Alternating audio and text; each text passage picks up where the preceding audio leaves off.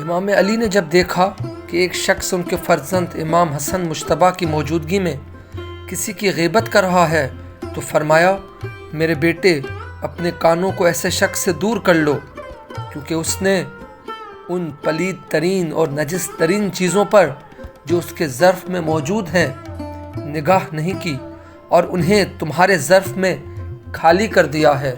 امام خمینی کی بیٹی بیان کرتی ہیں کہ ایک مرتبہ امام نے تمام اہل خانہ کو آواز دی اور فرمایا، میں چاہتا ہوں اس دفعہ جب آپ سب لوگ اکٹھے ہیں تو آپ سے کچھ کہوں کہ آپ لوگ جانتے ہیں کہ غیبت کتنی زیادہ حرام ہے؟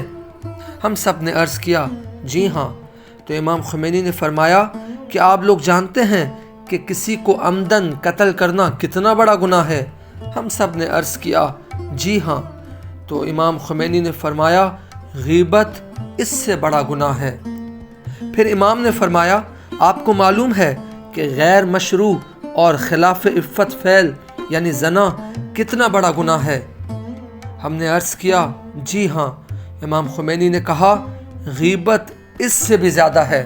اسی طرح بانو قدس ثقفی امام خمینی کی اہلیہ محترمہ بیان کرتی ہیں کہ میں نے تقریباً 62 سال امام کے ساتھ گزارے اور ان 62 سالوں میں نے ایک مرتبہ بھی ان سے غیبت نہیں سنی۔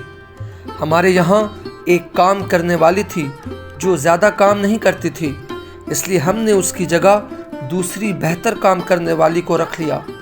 چند دن کے بعد میں نے کہا، آقا یہ کام کرنے والی بہت اچھی ہے۔